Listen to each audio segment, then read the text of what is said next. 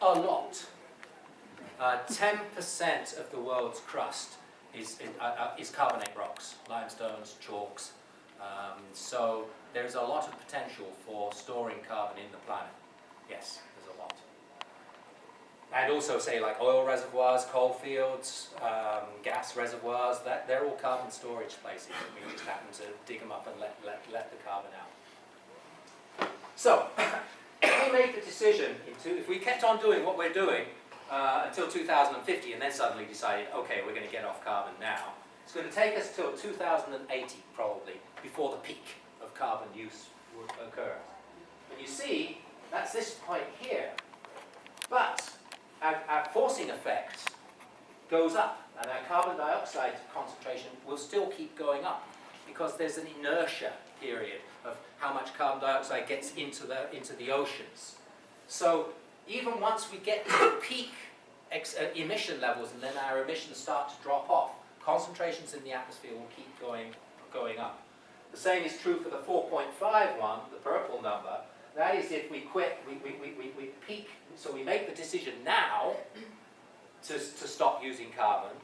Our peak emissions, because of the lag time of our inertia, is going to be, we're not going to get peak until we get to around 2040, and then we're still going to be climbing after that. And this one here, we're already past this one here, the 2.6. Because we would have to make, that's going on an idea that we peak in carbon emissions between 2010 and 2020. And that's patently obviously not going to happen. The peak is further down the road from that because nobody's made a decision to stop using carbon. So, the green one is already out the window. Okay? So this is probably the best one we can hope for right now if we make a decision right now. And more likely we're looking at this. Or if we keep burying our heads under the sand, we're on for the red one, which is going to be a serious problem.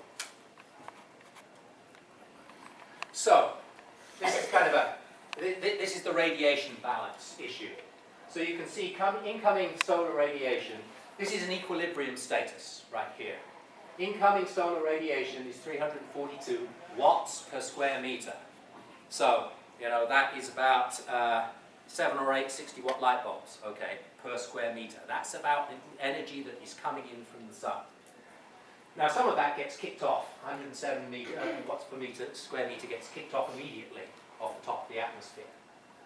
And so that leaves 342 minus 107, which is 235 watts, actually gets into the atmosphere and down onto the ground. And you see what we have leaving here is 235. This is the equilibrium situation. Okay? Now, if greenhouse gases get in the way and stop that 235 watts per square meter getting back out, then we end up with energy trapped in the atmosphere, more heat in the atmosphere. And that's the problem that we're looking at.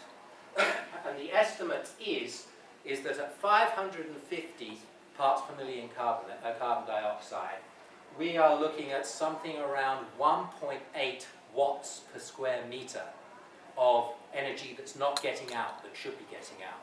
So that is energy that's going into the atmosphere to heat it up. And the consequences of that, more violent storms and melting ice caps and all that kind of stuff. Question.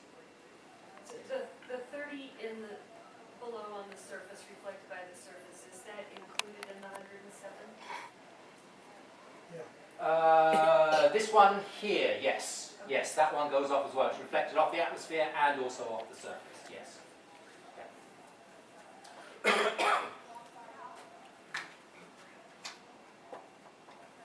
So, this is a figure basically of future temperatures going off into the year 2300. And these, you can see the error bars. So say like the red line is business as usual model, the RCP 8.5, whereas the blue line at the bottom is the impossible one that we can't follow already. We're already past that. And it shows you the error bars. Okay, so this is all modeling, computer modeling, a lot of computer modeling, a lot of understanding goes into it, but the error bars are quite high. And the further out we get, further down the road we get, the higher those error bars get. So this gives you an idea that maybe if we carry on doing what we're doing, at 2300 the temperature will be 12 degrees centigrade hotter here, and that effect is not all over the place. You know, it's more. It seems to be more. The temperature rises are more violent on the poles. So you know, it's not a pretty picture if we keep doing business as usual. Okay, so this is my picture here, and this is the 3 imperatives that we need to do if we're going to preserve this planet for our children and our grandchildren. And they're pretty much in order of how we need to do it. The first one is we need to decarbonize the world's energy and transport system. We cannot avoid doing that. Any of these other things that come underneath it are totally useless if we do not stop using carbon in our daily lives. And I say we've got to do it in 30 years, you know, and that's what I think is probably a reasonable drag time. As I say, if we make the decision now, 30 years, we could probably get ourselves weaned off of carbon, you know, and we're going to be having to use technology to do it and science to do it, which is why I'm trying to come at this from a scientific rather than an emotional point of view. But that is the most important thing that we have to do. And I'm just going to do a couple of ways that we could do that. We could continue using carbon-based fuels, but we would have to capture and sequester the carbon as it was coming out of the power plants. It's technology which is possible, but is very expensive, and it would put the cost of energy up considerably if we're going to do that. And basically, all of these options that I'm telling you are going to mean more expensive energy, in my mind. Just because the reason we're doing what we're doing right now is because it's cheap. And if we try to clean it up, it's going to be more expensive to do that. So you're looking at a price rise for energy, you know, whichever way we play this. So we could use carbon-based fuels, but then sequester the carbon dioxide. And there are various ways of doing that we'll talk about. Must use sun and wind. I mean, they're natural resources, and wave power and tidal power. They are natural resources that are available to us. All of them have problems. You know, there are plus sides and downsides. You know, the problem with sun and wind is that it doesn't shine and it doesn't blow all the time. So you need a storage mechanism if you're going to use those power solutions. And unfortunately, battery technology is not there yet. Hopefully, we will get there. But at the moment, batteries are not good enough to be able to replace our large baseline power suppliers, which is essentially coal and nuclear and gas, natural gas now. If we're going to replace those with non-carbon-based, with renewables like sun and wind, we need much better battery systems than what we have now. And then, being a geologist, the one I have to sell you is geothermal energy, which is an excellent way of making power. You know, again, it has its environmental issues that you're going to have to deal with, and it has its complications. And the main expense is in the drilling the holes to actually tap the hot rocks. But the whole world is underlain by hot rocks. You know, the center of the Earth is a solid core, and then there's about a molten core around the outside of it. We've got plenty of hot rocks, so we could potentially use hot rocks to create certainly our baseline power quite easily. And I could send you to one of the Stanford energy seminars talking about geothermal energy, and it's really quite an eye-opener, and it's a subject that I'm probably going to do some more work on in the near future. So anyway, that is actually, so decarbonising the world is actually the most important thing that we need to do. And now I'm going to talk to you, and that's all I'm going to say about it. Then now I'm going to talk to you about the other two. Okay? So, the other two are carbon dioxide removal, and we have to do research and implementation. We can do both of those right now. There are some methods of carbon dioxide removal which are ready to put into action, and we can do that, and we should be doing that. There are other methods which we need to research some more and understand them more before we do it. But there are other possibilities out there, and we'll talk about those in a minute. Then solar radiation management, or as the National Academy of Sciences say, albedo modification, is only in a research stage. There's nothing that's ready to be implemented here. Although, as you will see, is that it could be implemented right now, but I don't think we're ready for it. But it might actually happen without anybody in this country wanting it to happen. So we're going to have to talk about solar radiation management with care, and that's where the sociology comes into the subject when I said I'm not a sociologist. Okay, so now we're going to get to the nuts and bolts of how these processes work. So this is when I go to these tables, all these tables with the red lines on top, and this one saying land use and afforestation. These are from the Royal Society paper. They have a much better layout of things than the National Academy of Sciences did, so that I could use them for this presentation. All of these tables are in the same way, with, on the left-hand side, effectiveness, affordability, timeliness, and safety. They've all got those four headings. And then there's a comment, and then on the right-hand side is how effective it is. And you see the Royal Society thought that land use and afforestation is low in effectiveness. Basically because how much land can you dedicate to it? And we have a problem with, with 7 billion people on the planet. How many trees can we grow rather than food crops? So that's why the Royal Society decided it was low. Affordability is very high because it's pretty cheap to plant trees. Not a major problem. Timeliness, and again, one thing about CDR methods is they are not going to pull the temperature down in a hurry. Okay, it's going to be a long lag time before when you start to take significant carbon dioxide out of the atmosphere before you actually get significant cooling. So none of these things none of the CDR techniques, which are the first ones we're going to talk about, are going to happen quickly. And then in safety with afforestation, see, there aren't really too many bad things that can happen with that. Planting more trees, what can be bad about that? One concern is land use problems, as I was saying before, about food growth, and also biodiversity. We have a habit of planting all the same stuff because it's so much easier for us to do that. And so our biodiversity in those forests will be a lot worse than they are in a primary forest. I would also like to another thing to notice.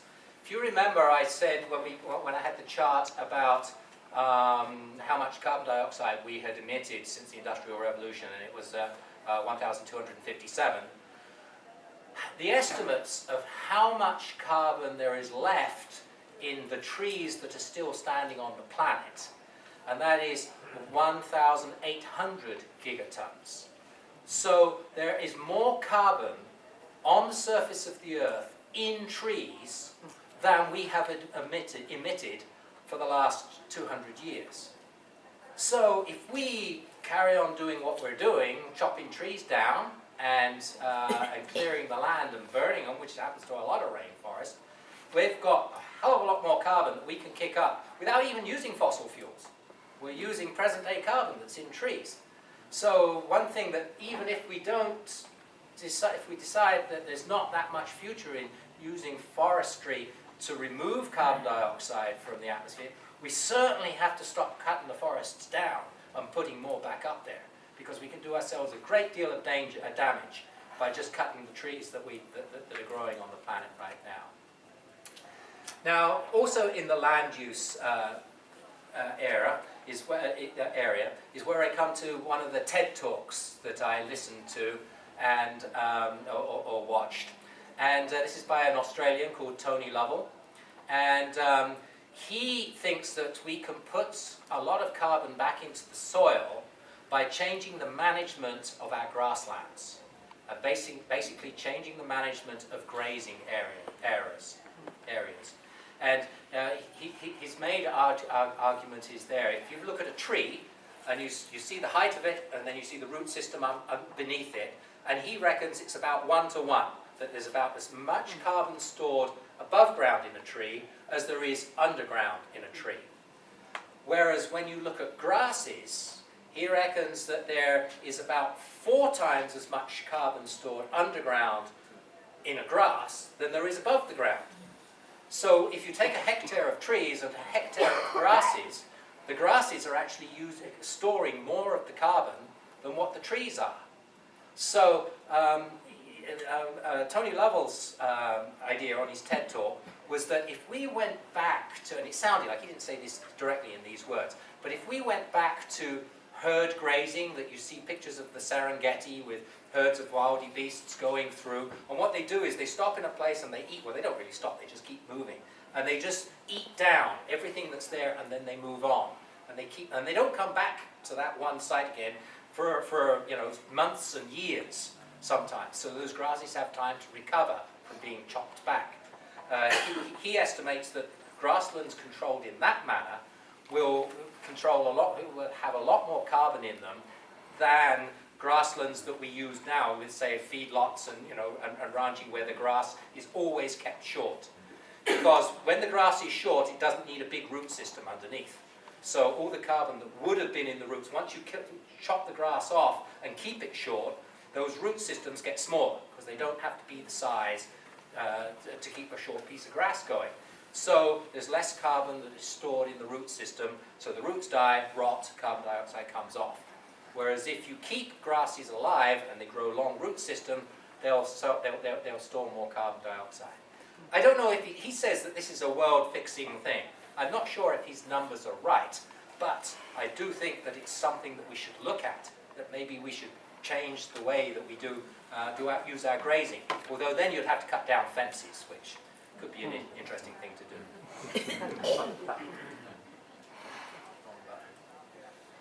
Okay, BECCS with carbon dioxide sequestration. So this is basically getting power out of biomass. So BECCS is biomass, energy, carbon sequestration. So basically you grow plants specifically for getting energy, but also once you put, you know, and when those plants are growing, they pull carbon dioxide out of the atmosphere. Then you take them to your BECCS plant, and then you either burn them or turn them into charcoal, and that's something else that we'll talk about in a little while. And you take the carbon dioxide that's being given off in that energy generation cycle, and you sequester it, you bury it. And these are deep geological burials that we can do that with. And again, I'm going to talk about those in a little bit longer. So the Royal Society reckons that there's medium effectiveness here in doing BECCS. One major problem is land use issues about food versus power and carbon sequestration. It would be a reasonably affordable way to do it. Although the trouble with carbon sequestration is you've got to drill holes and pump carbon dioxide into the ground. That is always going to be an energy-intensive occupation. Timeliness, we could do this pretty quickly.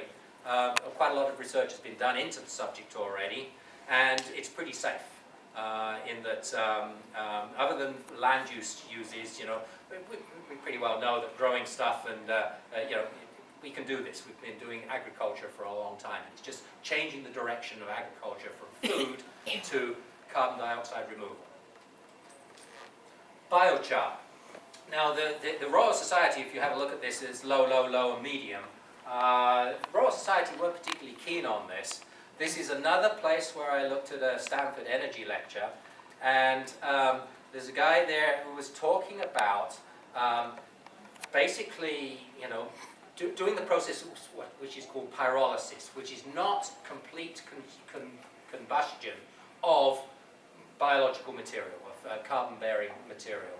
And what you do is, so in a contained vessel, you burn to a certain extent. It's not burning, it's pyrolysis to a certain extent. So you get the volatiles driven off, which you make your energy out of, and then what's left behind is charcoal. And I think everybody knows what charcoal is. You can put charcoal back into the soil. And I'm assured by soil scientists that soils like to have carbon in them. And it's actually quite a good thing to do to improve the fertility of your soils. So biochar, in this one Stanford lecture, looks really quite attractive. He was citing some really carbon-rich soils in Amazonia, and where the carbon has been dated at 10,000 years old. So it is really quite a good suppository for carbon. If you can keep the carbon stored for 10,000 years, that's a pretty good start. Although most, apparently, the one weak part for this biochar idea is that the retention time of the carbon dioxide in charcoal in the ground is quite variable on the types of charcoal that you get from the type of feed crop that you're putting into your plant. But even if it seems to be sometimes as low as 100 years. We've got a problem that we need to solve now, and even if we're just going to put it off for 100 years down the road, maybe we ought to think about that, because in 100 years' time, we know our technology is going to be better, and our understanding is going to be better. Even if it's only 100 years, it could be a good stopgap. I mean, one very nice thing about it is it improves the quality of soils, biochar. It lowers emissions on farms. It can be used for waste products. There is apparently a place back east, a chicken farm back east, and he is pyrolyzing his the manure or the dung that he gets off of his chickens, and then he's ploughing that. So he's sequestering the carbon from that, and he's putting it into the ground on his farm. So and it's scalable. They're actually doing running test plants in India, right? Or not test plants, test programs in India, where Indian villagers, rather than cooking on open fires, they're now cooking on charcoal or biochar furnaces or whatever they are, the kind of a tank thing, and then so they're cooking with basically greenery, basically trees and wood and grasses and things. That's what they're doing. They're cooking with, but they're not burning it completely and giving off the carbon dioxide. They're taking the carbon out as a kind of an ash and then ploughing it into the soils. And there's apparently villages of 10,000 people that are actually working with biochar on a local scale. So with a bit of luck, biochar is usable on a small scale throughout the developing world, which would be really good if you could do it in Africa and India and other places where they don't have a central source of electricity. And they are then but it might be scalable up to the more industrial scale that we are used to in the United States and the developed world. Okay, I think I need to take a break right now, and so we'll do that right now, and we'll move on to enhanced weathering, which is the next potential We're method back in of about CDR. 10 minutes. And anybody that came in toward the end that didn't check in, please come see Joe.